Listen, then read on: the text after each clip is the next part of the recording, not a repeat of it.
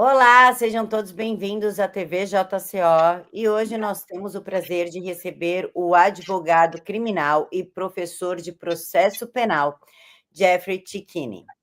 Ele que é advogado do tenente-coronel Azevedo, envolvido no tal do suposto golpe, né, doutor? Bom dia, seja bem-vindo. Bom dia, Camila. Prazer imenso estar aqui. Pode deixar o doutor de lado. Estamos aqui entre amigos. Prazer imenso estar aqui no Jornal das Cidades. Essa audiência sempre muito qualificada. Obrigado pelo convite. Fiquei lisonjeado. Nós que agradecemos, doutor, o senhor ter aceitado para falar conosco. Deixa o doutor de lado, Jeffrey. Isso. Depois de quase um ano atrás das grades, a Débora finalmente está em casa com os filhos.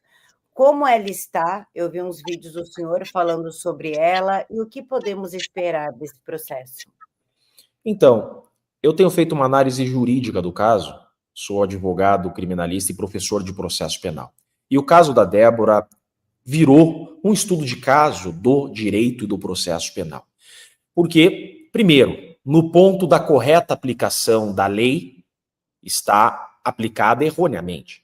O que Débora praticou, né, podemos dizer assim, né, dai a César o que é de César, o que a Débora praticou é um crime ambiental de pichar, podemos dizer assim, um monumento público. Um crime que, se entenderem ser um crime, aquele batom, é um crime que não admite prisão, Camilo. Crime ambiental não admite sequer um dia de prisão. Então começa por aí a injustiça quanto a Débora. Estão dizendo que Débora praticou um crime de atentado contra o Estado democrático de direito. Mas que democracia frágil essa, né? Um batom atentar contra uma democracia. Batom não é arma, batom não tem potencialidade, a conduta da Débora não tem qualquer potencialidade de praticar aquela tentativa. Por isso que virou um estudo de caso. Se fizer uma análise comparativa das penas que se aplicam como regra no Brasil a fatos ilícitos, é completamente díspare, né, Camila?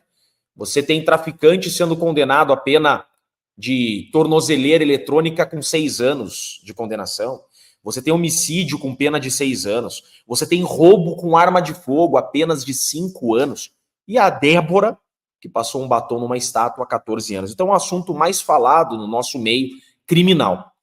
O ponto processual da Débora é sobre a prisão e a liberdade dela. Débora está em casa, mas infelizmente o que eu tenho que dizer é que me parece que a liberdade da Débora, é assim que diz, ela é momentânea. Porque veja, o processo da Débora não acabou. E por que o processo da Débora não acabou? Porque o Fux, o ministro Fux, ele pediu vista. O que significa isso? Ele quer melhor analisar a pena da Débora. Isso significa que o julgamento ele é suspenso. Então ainda estamos na fase processual. Durante o processo, Camila, admite-se essa prisão domiciliar. Porque a Débora está em uma prisão preventiva, que a gente chama de prisão provisória, durante a fase processual. Essa prisão preventiva ela pode ser convertida em prisão domiciliar, que é o caso, quando a processada mulher tem filhos menores de 12 anos.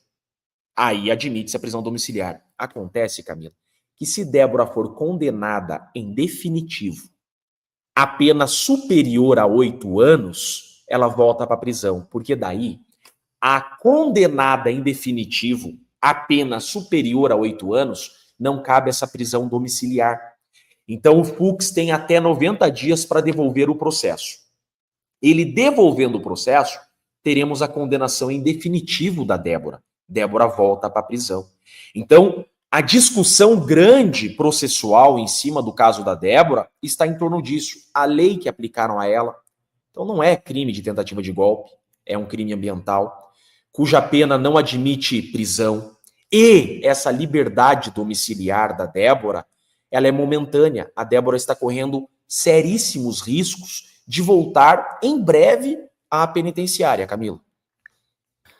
Doutor, além da Débora e centenas de casos, nós também temos em destaque o caso da Giovana que é uma gaúcha que sequer esteve nos atos, não participou de nada. Ela chegou à noite em Brasília para fazer um tour, né? Ela veio com ônibus, não sabia o que estava acontecendo e acabou sendo presa. Ela está grávida de 8 meses. Pergunto, como fica o caso da Giovana, que se assemelha muito ao caso da missionária psicóloga que estava fazendo um estudo de campo, comprovado o estudo de campo, ela não participou e também está presa, mãe de uma menininha. Então, eu desconheço esses casos de forma aprofundada. Então, a conclusão que eu faço é, se estiverem durante o processo, elas têm direito à prisão domiciliar. Mulher grávida, né? Agora, se já condenadas a pena superior a 8 anos, é penitenciária. Tá? A questão aqui é, você me trouxe fatos que evidentemente não constituem crime. Vamos lá. Não estava no local dos fatos. Como que você pune alguém por roubo se essa pessoa não estava na cena do roubo? Como você pune uma pessoa por tráfico de drogas se essa pessoa nunca traficou? Como que você pune uma pessoa por tentativa de homicídio se essa pessoa não puxou o gatilho da arma e não forneceu a arma? É o mesmo raciocínio. Tentativa de golpe. Eu vejo muito jurista tentando fazer uma manobra argumentativa, Camila, para tentar condenar esses patriotas. Ah, é mera tentativa de golpe. Se fosse golpe, teria dado certo o golpe, por isso pune-se a tentativa. Vamos lá. O que é a tentativa, Camila, para as pessoas entenderem? Tentativa é um comportamento com potencialidade de praticar o que eu quero. Então, para todo mundo entender de forma mais fácil, é o homicídio. Camila, a título de exemplo, tá? Em sala de aula a gente usa os alunos como exemplo, eu vou usar você como exemplo. Ah, isso é natural. Eu quero te matar, Camila. Eu olho no fundo do teu olho e eu falo, Camila, eu vou te matar porque é o que eu mais quero na minha vida. E eu puxo uma arma de água. Eu puxo uma Nerf de água. Eu aponto a Nerf de água e jogo água em você. É tentativa de homicídio? Não. Vamos lá.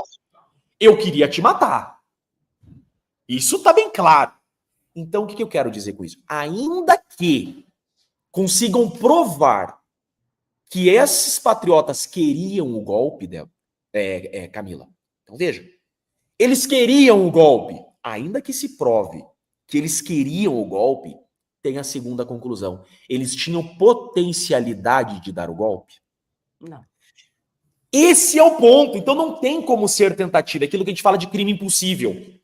Domingo, desarmados, no recesso, não tem como dar golpe, ainda que eles quisessem. Sabíamos que não era golpe que eles queriam. Alguns queriam depredar, outros queriam gritar, outros queriam se manifestar. Agora, golpe ninguém queria dar. Ainda que quisessem dar golpe, havia potencialidade de golpe? Não havia. É esse o raciocínio. Então, tá tudo errado aqui, Camila. Eu me indigno porque, assim, eu estou 14 anos dentro de uma sala de aula lecionando isso daqui. Nunca, no meu pior pesadelo, eu cheguei a cogitar a possibilidade de cometerem erros jurídicos tão graves a perseguir inocentes, Camila. Nunca.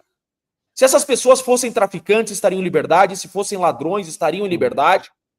Isso daqui é um processo político, não tem nada de jurídico nisso daqui. E eu falo que não tem nada de jurídico porque é uma aberração jurídica. Não tem como levar a sério esse caso, porque são sucessivos erros e básicos erros jurídicos, Camila. Doutor, abre um precedente, que nem o senhor falou, eu queria te matar, mas eu puxo uma Nerf. Essa decisão do Supremo de estar prendendo todo mundo por uma vontade, o que quer que seja isso, abre precedente para que se prenda isso que o senhor, pessoas que, se eu falar, postar na internet, que vontade de matar minha prima, abre precedente para que eu seja presa, já que eu senti uma vontade e falei sobre isso? Já abriu, Camila. Já abriu. Tem pessoas que já tomaram busca e apreensão por fazerem postagens na rede social, eu queria o fulano morto, eu queria o fulano pendurado. Já abriu precedente. Eles já destruíram o direito. É por isso, Camila, que eu estou revoltado com a classe dos advogados. Eu estou revoltado. Por quê?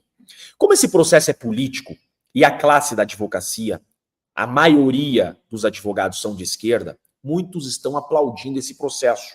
Porque, por uma visão ideológica, são inimigos ideológicos sendo processados e punidos. Nós sabemos disso. Então estão aplaudindo, muito legal, golpistas. Estão comemorando porque, por um interesse ideológico partidário, selecionaram esses patriotas como inimigos políticos e querem que eles se ferrem. Essa é a verdade. A questão, Camila, é que esse processo vai acabar. Uma hora ou outra vai acabar. E novos processos surgirão. E novos processos que tenham ou não relação com esse caso. A questão é, o direito já faliu.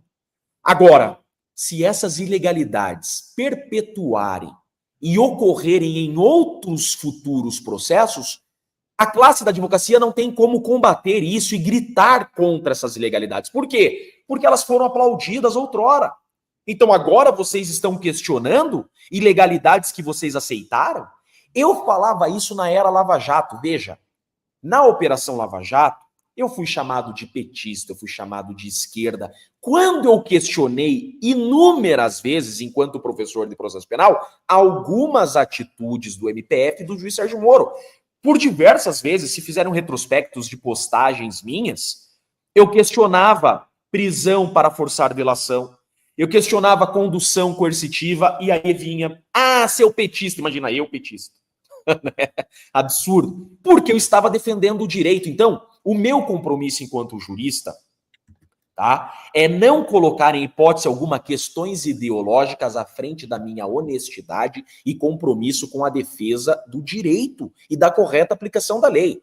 Então, não poderia a classe da advocacia, os juristas como um todo, estarem aceitando as arbitrariedades que estão ocorrendo, porque isso vai gerar, como você disse, precedente. E depois não haverá, Camila, como gritar, porque virou um precedente. Doutor, o senhor também representa o tenente-coronel Azevedo, né? Faz parte ali dessa estrutura imaginária do golpe. O senhor pode falar um pouquinho sobre o processo? Claro que sim, Camilo. O Azevedo é uma tristeza, é de partir o coração. É um cara que tinha tudo para ser um comandante do exército. Você tem noção o tamanho do cara. Era um cara cotadíssimo para ser comandante das forças especiais, cotadíssimo para ser general, um cara extremamente respeitado. Ele é um força especial, Camilo. O que significa isso? A elite da elite do exército brasileiro. É cara que treina policiais do BOPE do Rio de Janeiro, para você ter noção. A qualidade do cara. Então é infantil você imaginar que esse cara não conseguiu pegar um táxi, que esse cara queria um golpe e ele não conseguiu dar um golpe. Camila, esse cara ele entra numa casa sem o alarme disparar. Ele atira de fuzil 762 a 1 quilômetro de distância. Com um fuzil de precisão, ele atiraria num ministro dentro da Suprema Corte sentado numa cadeira dentro da Suprema Corte a 1 quilômetro. Se esse cara quisesse matar alguém, essa pessoa estaria morta. E não há no Brasil quem impedisse isso. O que fica claro que ele jamais quis isso. Mas pera lá, Jeff. Você está dizendo que teu cliente é um potencial assassino. Não. Meu cliente é um cara muito bem treinado para defender a Constituição e o Estado brasileiro. E no dia que estão dizendo que ele quis matar alguém, era aniversário dele, ele estava em casa comemorando com a sua família. Ele não esteve no local que dizem que ele estava, e eu provei isso. E as provas que eu trouxe não foram suficientes. Que processo é esse? A Polícia Federal pediu a prisão dele, dizendo que ele estava na casa do Alexandre de Moraes dia 15 de dezembro. Então veja, a Polícia Federal fala, o tenente-coronel Rodrigo Bezerra Azevedo, o cara mais treinado das Forças Armadas, estava nas redondezas da casa do ministro Alexandre de Moraes no dia 15 de dezembro. Ele é preso. Qual prova, Jeffrey? Nenhuma. Só esse argumento, que ele estava lá. Tudo que eles têm.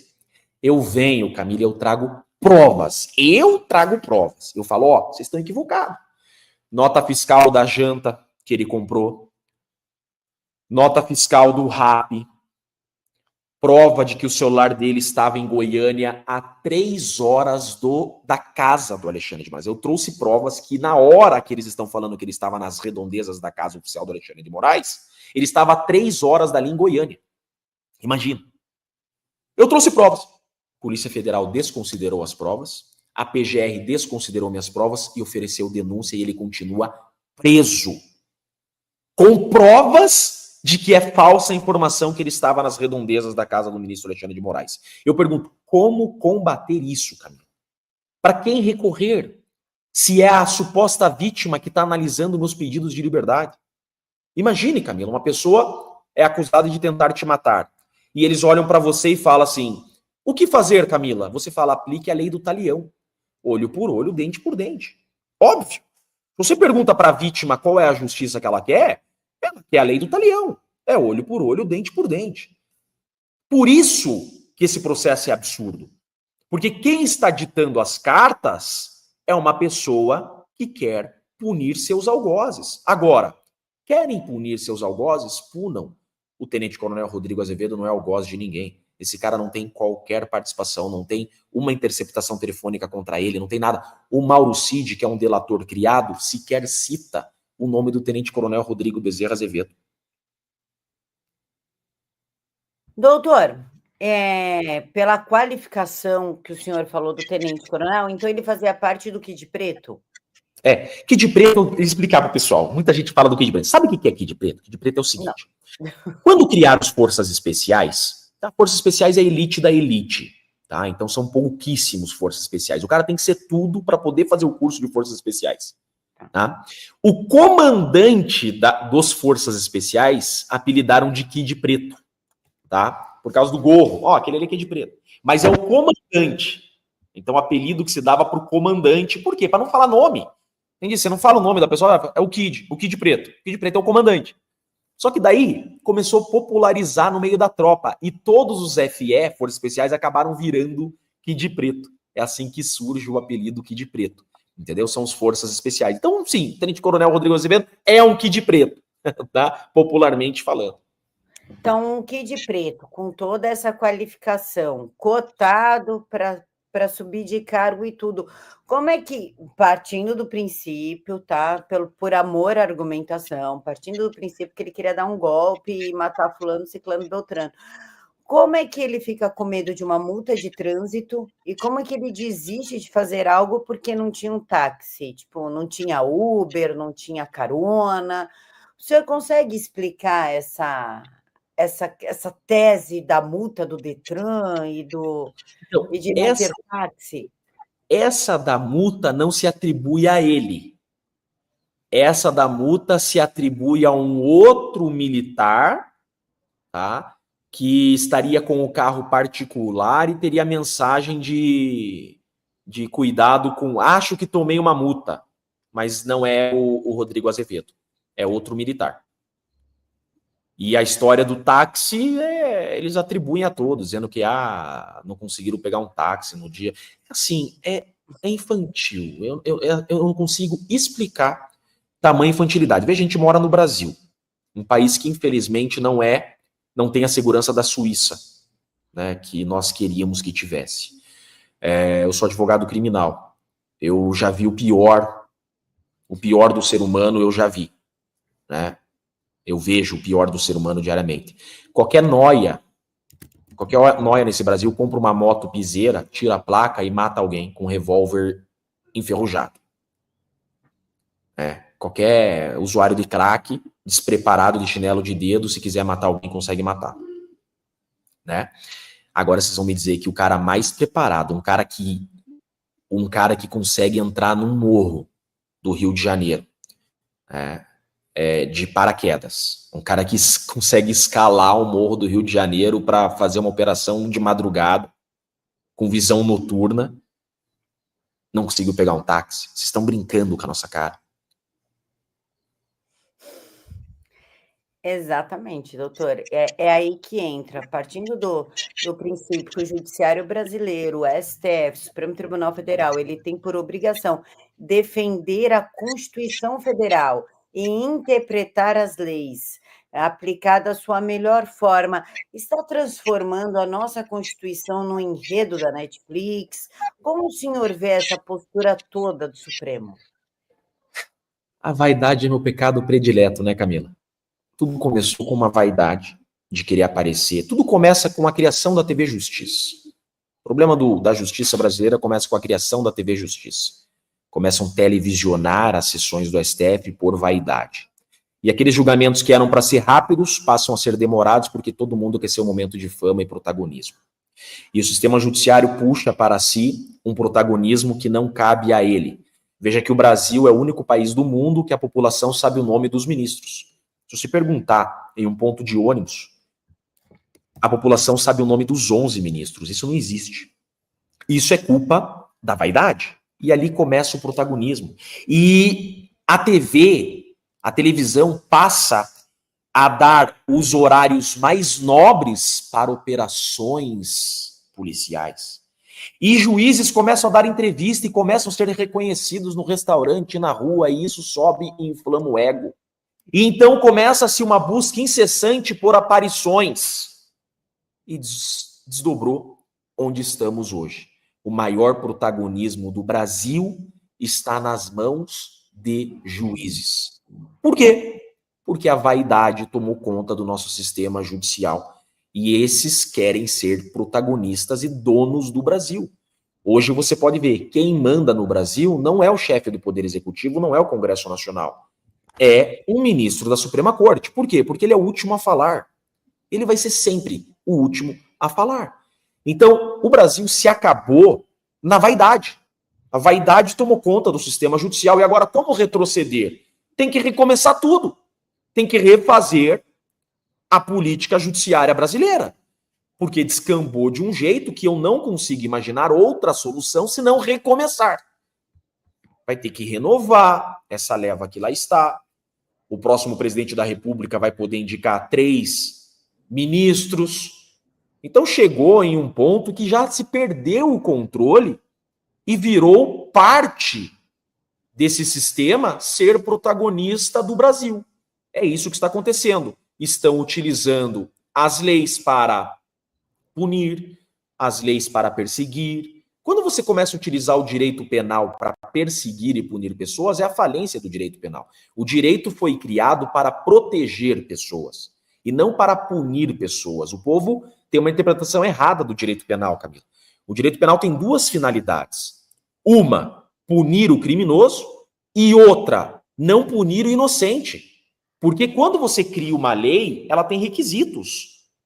Então, se algum desses requisitos não estiverem preenchidos, significa que o Estado não pode punir, porque os requisitos não foram preenchidos. Então, quando você pune a Débora por tentativa de golpe, isso é um grande erro, porque a Débora não preenche os requisitos de tentativa de golpe. Ou seja, o direito penal tem a finalidade de punir, mas também tem a principal, eu digo, em Estado de Direito, finalidade de limitar o poder punitivo do Estado. O Estado só pode punir quando todos os requisitos da lei estiverem preenchidos. Doutor, nós temos o general Braga Neto preso e esquecido. Quase ninguém mais fala dele. O general Heleno também está na mira e o ex-presidente Bolsonaro. Eles foram capazes de prender um general, o Braga Neto. Colocaram o Heleno no alvo. O que os impede de prender Jair Bolsonaro? Você vê, o Braga Neto é muito triste, né? O Braga Neto, vocês lembram da intervenção federal que teve no Rio de Janeiro? Sim. O Braga Neto foi o comandante da intervenção federal. Imagina, ele foi o comandante daquela operação. É um cara extremamente preparado. Extremamente preparado. E essa prisão do Braga Neto é a falência do direito. Quantos traficantes o Brasil solta todos os dias? A multa da JBS de 10 bilhões foi anulada. A advogada do caso é esposa do ministro do STF.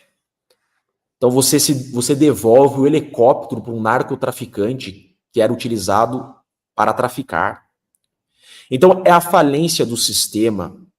E o que está acontecendo é que esse povo que tinha ódio de militares hoje estão no poder. Eles estão se vingando dos militares, Camila. Essa é a verdade. Por isso os Kid Preto estão presos. Por isso o Braga Neto está preso. Eles estão se vingando. Hoje, o sistema jurídico brasileiro, o sistema judicial brasileiro, está se vingando dos inimigos. É o Deltan caçado, é o Sérgio Moro amordaçado. Então a gente vive um momento no Brasil que a promessa do Lula está sendo colocada em prática. Ele falou, eu vou perseguir Todos. Então, isso é um cumprimento de uma promessa que ele fez. Todos estão sendo perseguidos. O Flávio Dino disse, um dia o STF vai pegar o Bolsonaro. O Flávio Dino falou, um dia o STF vai pegar o Bolsonaro. Então, qual a credibilidade que tem esse julgamento? Qual a certeza que nós vamos ter que será um processo justo, se é um processo encomendado com um jogo de cartas marcadas, onde os protagonistas criaram as regras e dão as cartas? Então, se você faz uma leitura nua e crua desse cenário, você chega à conclusão de regra de 3 fácil, de que é um processo que vai condenar todo mundo e vai prender Bolsonaro. É uma leitura simples, que qualquer pessoa comum pode fazer. Agora, eu tenho feito uma leitura nas últimas 2 semanas que eu estou tendo um pouco mais de esperança nas alterações que se vê. Eu percebo que está havendo uma implosão desse processo. O Fux trouxe ânimo a todos. Por quê? Porque esse processo, com essa sede de punir, sede de perseguir, sede de condenar, ele ultrapassou alguns limites intransponíveis e está expondo de forma desmedida a própria Suprema Corte. Há alguns ministros dentro da Suprema Corte que estão incomodados com isso porque querem preservar a imagem da Suprema Corte em certa monta, como Barroso, como Fux, como Gilmar Mendes. São ministros que, apesar dos apesares, eles se preocupam com a imagem passada, presente e futura da Suprema Corte. Eles viram que está desandando demais. Meu, Augusto Cury fazer um vídeo para falar a favor da Débora e anunciar uma injustiça na Corte Máxima do país. Então, assim, não precisamos jogar a toalha. A leitura que se faz é das piores. Agora, me parece que esse processo está numa descendente, está implodindo, está enfraquecendo, e eu tenho a esperança que esse cenário possa mudar e que esse processo está fadado ao fracasso ante os exageros que ocorreram, que acabaram prejudicando as estratégias iniciais. Eu percebo que o trem deles saiu do trilho. Inclusive, doutor, o trem deles saiu do trilho, o senhor falou também em credibilidade. As câmeras, Flávio Dino sumiu com elas. Isso não é obstrução de justiça? Não descredibiliza o andamento do processo penal? Como assim, Camila? Explica, faz de novo, refaz a pergunta, por favor. O Flávio Dino sumiu com as câmeras. Inclusive dentro das câmeras do 8 de janeiro, no Ministério da Justiça. E também tinha o G. Dias dentro do Palácio do Planalto, direcionando os manifestantes, dando tapinha nas costas e tudo, dando aguinha. A parte de ninguém falar nada do G. Dias e do sumiço das câmeras, não é obstrução de justiça, já que essas imagens poderiam absolver muita gente? Claro que sim, Camila. Isso é obstrução da justiça. Por isso que eu indiquei o G. Dias como testemunha. Na minha defesa, eu indiquei. O G. Dias tem que ser ouvido, né? E eu indiquei o Flávio Dino como testemunha também. O Flávio Dino não poderia ser o juiz nesse caso, não só porque ele já fez pronunciamentos contra o Bolsonaro, não só por isso. A lei diz o seguinte: o Flávio Dino ele esteve pessoalmente no local dos fatos. Ele era a autoridade máxima da segurança pública do país e ele esteve pessoalmente no Planalto. O que isso significa? Significa que ele, como foi o chefe máximo daquele apuratório, ele não pode ser o julgador, por questões óbvias. Aquele que investigou não pode julgar. Aquele que é vítima não pode julgar. Então, esse é um ponto. O outro ponto é, de 183 câmeras, 181 sumiram. Pera, isso é muito grave. Sumir uma câmera é grave. Sumir 98% delas? Isso é obstrução da justiça, isso é crime. Isso tinha que ser apurado. Cadê o apuratório disso? Então, eu arrolei o ministro Flávio Dino como testemunha, primeiro, porque ele era a autoridade máxima da segurança pública, né? E outra, tem muito a explicar. Nós queremos saber. Cadê essas imagens? Então, assim, é um processo sem qualquer credibilidade. Eu tenho brincado, né? A gente brinca, a gente ri para não chorar, mas vai pro Guinness Book, né? Não é só um seriado de Netflix, não, é Guinness Book como o processo mais ilegal da história do mundo. Com toda certeza. Inclusive, doutor, o deputado federal Zucco, ele entrou com um pedido de habeas corpus coletivo para o pessoal do 8 de janeiro. Qual que é a probabilidade disso dar certo? Eu adoro o Zucco. Sou fãzaço do Zucco. O Zucco é um cara honesto, é um cara correto, é um cara firme. Nossa, eu tenho adjetivos e sobra aqui para elogiar o Zucco. E decisão acertada dele. Muito boa, estratégia certíssima. A questão é que quem vai julgar esse caso são pessoas mandadas por um sistema criado, um sistema diabólico criado para perseguir inocentes. Então, uma ação fadada ao fracasso, porque não é um processo jurídico. Se fosse um processo jurídico, eu ia falar que a chance de ganhar é muito grande, porque são 500 inocentes condenados. Juridicamente, é sucesso essa ação. Agora, politicamente, fadada ao fracasso. Doutor, a gente pode dizer que Donald Trump, com a Majestic, a lei Majestic, está conseguindo conter um pouco os avanços dessa ditadura, porque nós estamos vendo aí alguns ministros recuarem, como, por exemplo, Alexandre de Moraes. Olha só, eu pouco conheço dessa lei. Isso é direito internacional, eu não atuo nessa área. Então, tudo que eu sei desse assunto é que eu fico ouvindo especialistas, né? Ninguém sabe tudo. Eu pouco conheço desse assunto. Também pouco entendo dessa parte política. A questão é, me parece óbvio que o Donald Trump tem como pauta combater as ditaduras latino-americanas, tanto que o ministro que ele colocou, um cubano, tem isso como principal pauta, né? O senador que ele colocou como secretário, lá eles chamam de secretário de Estado, o que é ministro de Estado aqui no Brasil. Então me parece que ele tem sim como pauta esse combate. E essas atitudes do Donald Trump, inclusive processar o CPF do Alexandre de Moraes, sem sombra de dúvidas, é um passo para conter esse totalitarismo que ele falou que conteria. Agora veja que o Donald Trump ele está tomando os cuidados jurídicos necessários. Existe uma regra no direito internacional que é você não invadir a soberania de outro país. Então Donald Trump não está processando o Brasil. O Estado americano não está contra o Estado brasileiro. Não é uma guerra entre soberanias. Não. Veja que o Donald Trump CPF está processando o Alexandre de Moraes CPF para respeitar a soberania do Brasil. É o Brasil que está querendo comprar briga e guerra com os Estados Unidos, colocando, por exemplo, a AGU para defender o CPF Alexandre de Moraes. Então, está muito claro que sim, Donald Trump quer conter esse totalitarismo. Agora, eu afirmar para você que ele está tendo êxito seria prematuro da minha parte, mas indícios de que ele está tendo êxito há. Por exemplo, assessores do Alexandre de Moraes foram embora. O Fux já começou a se pronunciar. Obviamente, é uma soma de fatores, eu vejo assim, sabe, Camila? Eu vejo como uma soma de fatores. É um desgaste da imagem da Suprema Corte, é uma ameaça externa, é o povo gritando, é uma soma de fatores.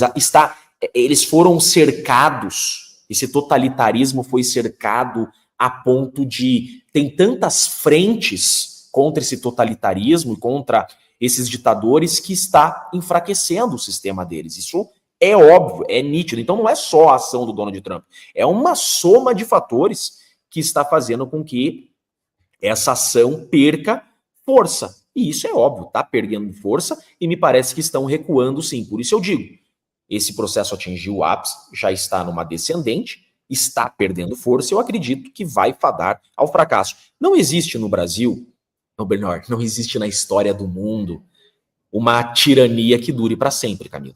Então, isso aqui vai durar para sempre? Não vai. Não vai durar para sempre. Isso vai acabar. E o Brasil, o povo já deixou muito claro que não vai aceitar que vire uma Cuba. O povo não vai aceitar que vire uma Venezuela.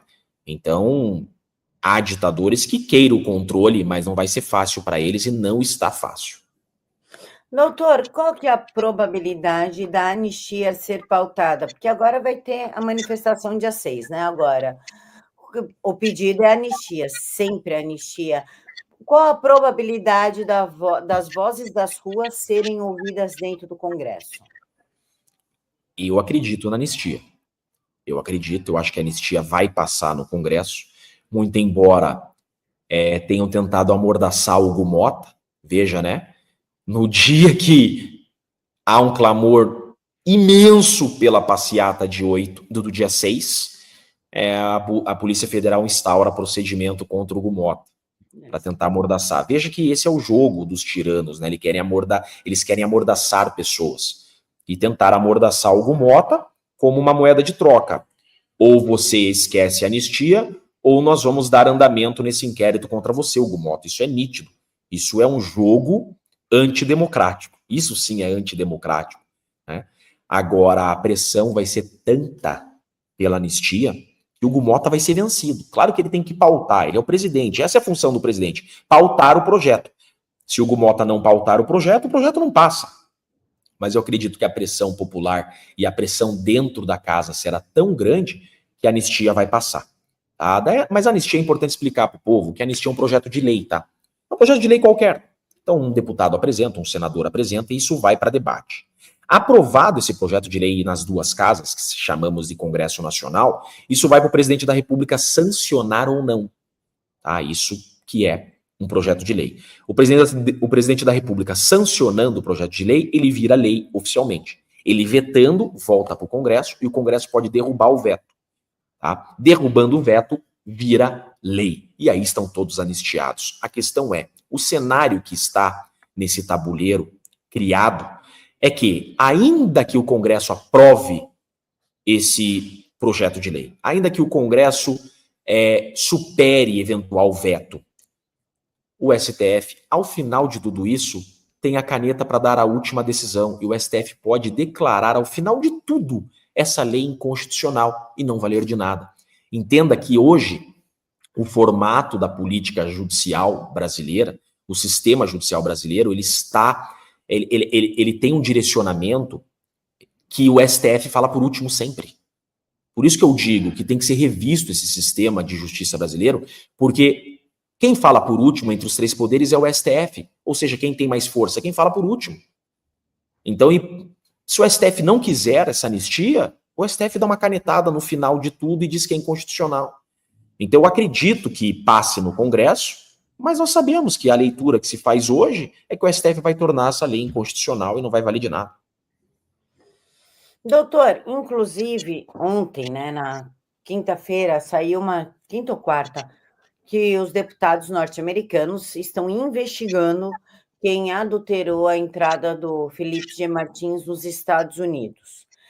Ao sair essa notícia, 2 braços do Alexandre de Moraes resolvem sair desse esquema, entre eles o Ayrton Vieira. E hoje, sexta-feira, nós temos a notícia que o STF antecipou a análise da denúncia contra 6 acusados por suposta tentativa de golpe. Entre esses acusados está o Felipe G. Martins, falando que ele integra o chamado Núcleo 2.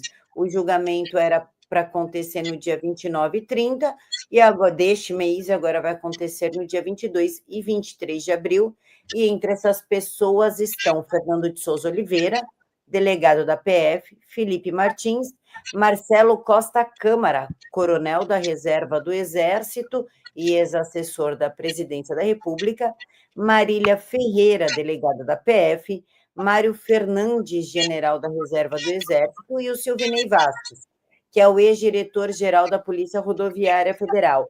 Essa antecipação do julgamento é uma resposta aos deputados americanos de estarem investigando o Brasil? Acho que não. Acho que não. Acho que não, Camila. Esse julgamento ele tem que acontecer. O processo é o seguinte: o Ministério Público é o órgão legitimado a acusar. Quando o Ministério Público oferece uma denúncia contra alguém, tá? Essa denúncia vai para um juiz aceitar ou não essa denúncia, significa iniciar ou não o processo judicial. Como esse caso ele começa no STF, ele tem uma lei própria, e no STF a lei diz o seguinte, que a PGR oferece a denúncia, né? A PGR quer processar, denúncia é isso, eu quero processar alguém. É marcada uma sessão judicial para receber ou não essa denúncia. Então veja, hoje o Bolsonaro é tecnicamente réu, porque a denúncia dele foi recebida. O Felipe Martins não é réu ainda, porque a denúncia não foi recebida. Mas está previsto na lei essa sessão. Eles terem mudado essa data, eu acredito que foi para baixar a poeira popular. Vejam que naquela sessão de julgamento para receber a denúncia do Bolsonaro, eu vi como um tiro no pé aquela sessão. Porque nós, por exemplo, e grande parte, maioria da população, desacredita nessa tentativa de golpe e sabe que é uma grande ilusão. Mas há uma parte, ou havia uma parte da população que acreditava nessa narrativa de tentativa de golpe. Então, querendo ou não, todos estavam esperando essa sessão de julgamento com expectativas de ver as provas que tinham da tentativa de golpe. E quando televisionaram essa sessão, o ministro Alexandre de Moraes colocou suas cartas em cima da mesa para receber a denúncia e nada de novo mostrou, prova nenhuma mostrou. Ou seja, gerou um descrédito ainda maior para esse processo e foi uma decepção para aqueles, inclusive, que estavam apostando que havia prova de tentativa de golpe. Então, remarcar essas sessões, e remarcaram do meu cliente também para 1 mês e meio depois, é um recuo para deixar a poeira abaixar, aquele famoso, a estratégia de guerra, dar um passo para trás para dar 2 para frente. Então, remarcaram essas sessões para poeira abaixar um pouquinho, porque o clamor ali foi muito grande do recebimento da denúncia do Bolsonaro e o desgaste foi muito grande. Doutor, o que nós podemos esperar a partir de agora? Todas as barreiras já foram quebradas. Prisão do Daniel Silveira, está preso até hoje, não consegue sair nunca, foi solto, foi preso de novo. Centenas de inocentes presos. Tudo começou com uma armadilha, inclusive no Exército, alto escalão. O que nós podemos esperar daqui para frente? O que eu posso dizer, por mim, é que vocês podem esperar compromisso dos advogados com esse processo. Podem ter certeza que eu estou tratando esse processo como um processo do Brasil. Não é só um processo meu, não é só um processo do meu cliente. Então, tenham certeza que o melhor de nós será dado por esse processo, porque esse ano será um divisor de águas. É o povo aprisionado em definitivo ou é o povo livre? Então, sabemos que esse processo é um processo do povo brasileiro. Então, podem esperar que nós, advogados, daremos o nosso melhor para salvar o nosso Brasil. Podem esperar compromisso nosso, meu compromisso.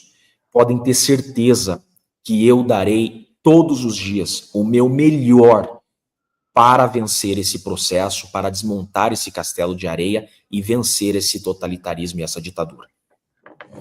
Doutor, como que a gente faz para seguir o senhor e acompanhar?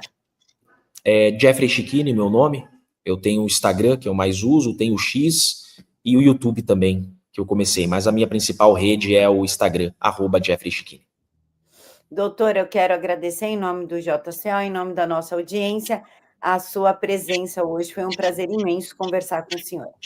Camila, eu que agradeço. É sempre um grande prazer estar aqui. E eu tenho utilizado desses canais porque hoje precisamos de pessoas como você, Camila, desse jornal sério, a propagar a informação verdadeira e honesta. Se ficarmos nas mãos da imprensa tradicional, ficaremos algemados. Então, jamais iremos desistir. Sempre que me convidarem, eu darei um jeito na minha agenda de estar aqui, porque o povo precisa saber a verdade, porque o poder emana do povo. E eu respeito isso. Um grande abraço, Camila. Abraço, doutor. Muito obrigada. Essa foi mais uma entrevista exclusiva da TV JCO e se inscreva no canal, ative o sininho, curte e compartilha para não perder as próximas. Prometemos trazer os melhores e maiores nomes para que você fique sempre bem informado. Obrigada e até a próxima.